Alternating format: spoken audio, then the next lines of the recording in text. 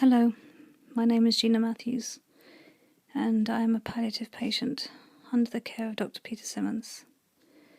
I was diagnosed in 2010 with breast cancer, and it has spread now to my liver and my lungs, and I've just been treated for a brain tumour. What I'm going to be saying in this podcast is basically speaking from the patient's perspective, but also understand that I have also been a nurse, a staff nurse, a student nurse, and a carer. So I come to you with a great deal of experience. The experience I want to share with you may sound like I'm teaching grandmothers to suck eggs, but they are principles that you have to sustain and have to stand your practice on. First thing I would like to speak about is the gift of silence. Is learning when to speak and when not to speak, when to step forward and when to step back. Giving a patient space, in clinic particularly, to ask any questions that maybe they feel they can't in any other area, because they're in clinic, so therefore they're in hospital, therefore they need to ask a question. Being flexible. When we were given the prognosis of 2 to 3 months, my husband asked me to leave the room and spoke to Dr. Simmons privately. I walked up and down the corridor while Andrew was talking and asking the questions that he didn't want to ask in front of me. It's learning to look at your patient, not just hearing what they're saying. It's listening to their tone of voice, looking at their complexion, watching their body language. And you've got to listen to your tone of voice as well. I had a situation where I was brought onto a ward and the patient had just been given a chest drain, and they were sobbing afterwards. They were disorientated, they were scared, they had just had this thing shoved into them, and the SHO came around the corner of the curtain and said, "Why are you crying? You've had a chest drain put in, it's going to make you better. Why are you crying?" Of course she's going to be crying. If that's the way she acts, if that's her reaction to having a chest drain put in, then that's her way of reacting. Patients are not defined by their illnesses. Patients are who they are, and they will act the way they are. Try not to think that this patient has this disease, therefore they will act in that particular way. No. Hopefully over a period of time you build a rapport, or you get to understand a patient a little bit. You have the privilege of doing that because that patient allows you in to allow you to get to know them. So being flexible with your time and with who you are. When I was given the news on the ward, I was admitted to the hospital a few weeks ago, and I had a CT head and a CT abdomen, and the SHO needed to come and tell me the news, but I had said to them, "Do you mind if you wait until around 4:30, then my husband can be there as well, and whatever you tell me will probably go right through me because I'm on so many drugs, but I need my husband to be there." And so that senior SHO did exactly what she said. She waited till 4:30. She came to our bedside, pulled the curtains round, sat down next to us, and as we probably gathered, we knew what was coming.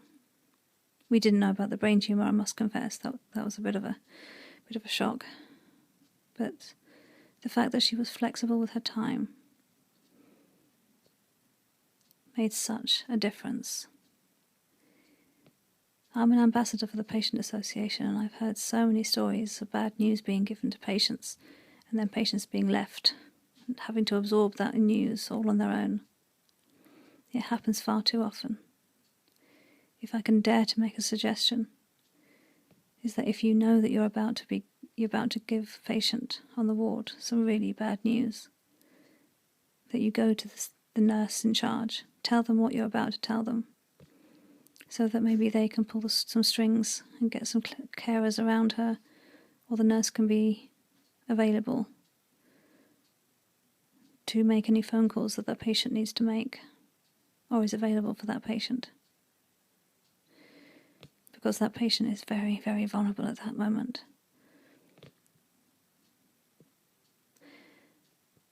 Some of these principles, like I said, you might think you already know. Please never think you know. You know, you know. Because if there's anybody more dangerous on a ward, it's a complacent SHO. Somebody who thinks they know it all. When if you just dig a little deeper, they just need to know who you are. You need to know more about yourself sometimes. Listen to your own tone of voice. Am I sounding harsh? Am I sounding complacent? Am I sounding... Sometimes you need to reflect. I know that word, you groan at that word, reflective practice. I know, trust me, we get it so much in nursing, it drives us potty. But we are told at university to work to our limitations. You have to learn to work to your strengths as well. Each one of you SHOs are individuals. Each one of you have made mistakes, have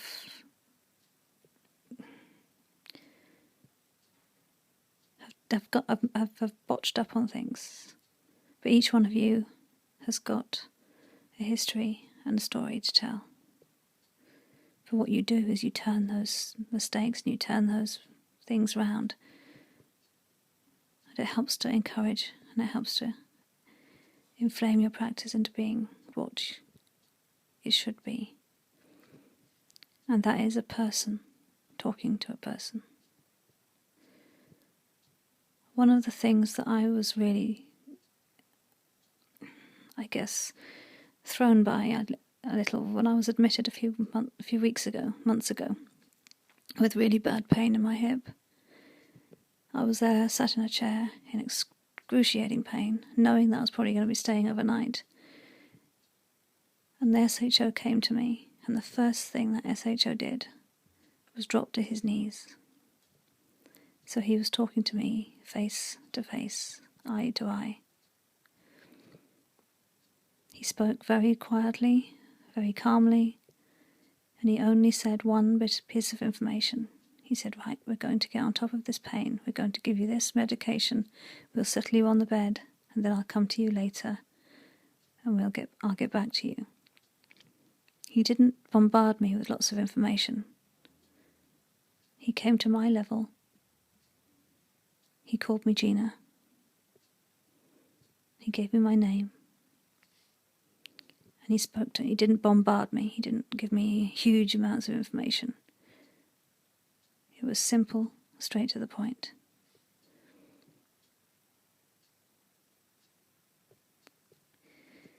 You are in a privileged position.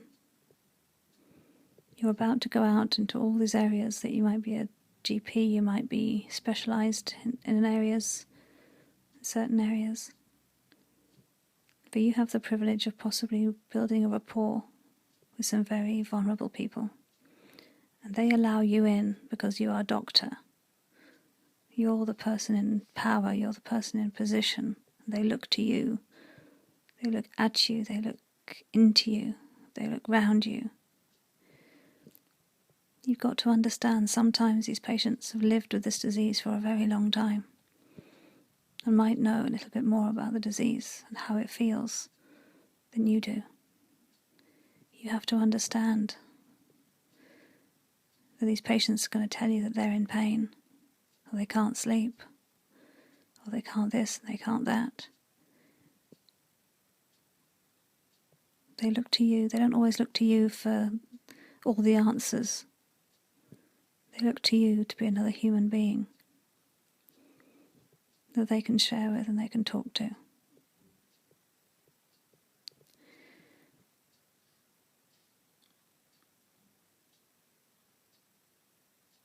A patient, like I said, is not defined by their disease. They are individuals, just like you are an individual. Value yourself, then valuing your patient becomes a lot easier. Learn that gift of silence. Give that patient time. Time to breathe. Time to be. Ask them if there's anything more that you want them to know. Don't be afraid of that question, because that can be a very scary question.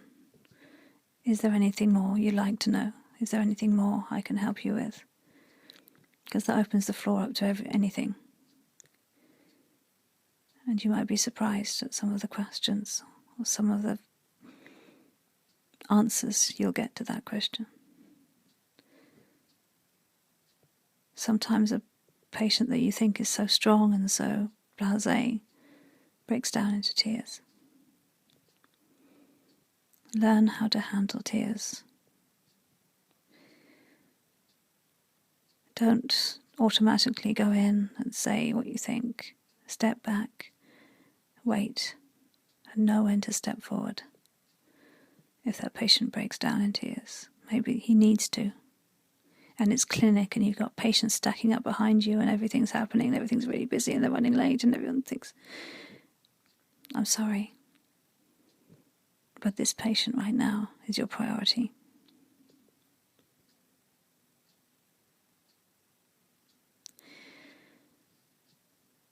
So yes, from my perspective, back in 2011, I went through chemotherapy. I lost my hair, I lost part of my breast, but I never once lost my dignity. Why was that? Because I was given the best possible care you can be given. The standard of nursing and the standard of care that I have received has been second to none. I have met some fantastic SHOs who have come alongside and who've given a little bit of themselves. I've got to know a bit of their personal life. That's interesting.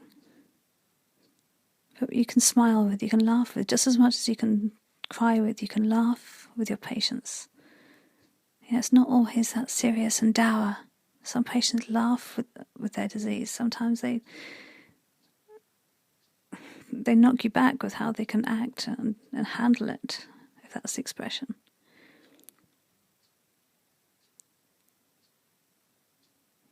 You are in a very privileged position. Don't spoil it by complacency. Get to know your patient. You know when they're having an off day. You know when they're having a good day. Get to know yourself. Enjoy your job. Enjoy those moments. Live in those moments when you know that you've done a good job. When the SHO had given me the news about the prognosis and the brain tumour, her name is Nikki. I got out of bed, gave her a hug and said, job well done. Because it was a job well done. Curtains aren't soundproof, but she was extremely soft-spoken and gave it to us just as professionally, yet also as compassionately as she could. I hope what I'm saying has made sense. And I hope what I said, from my side of things, from somebody who does have potentially only 3 months to live. Value yourself, and value your patient will come easier. Take care.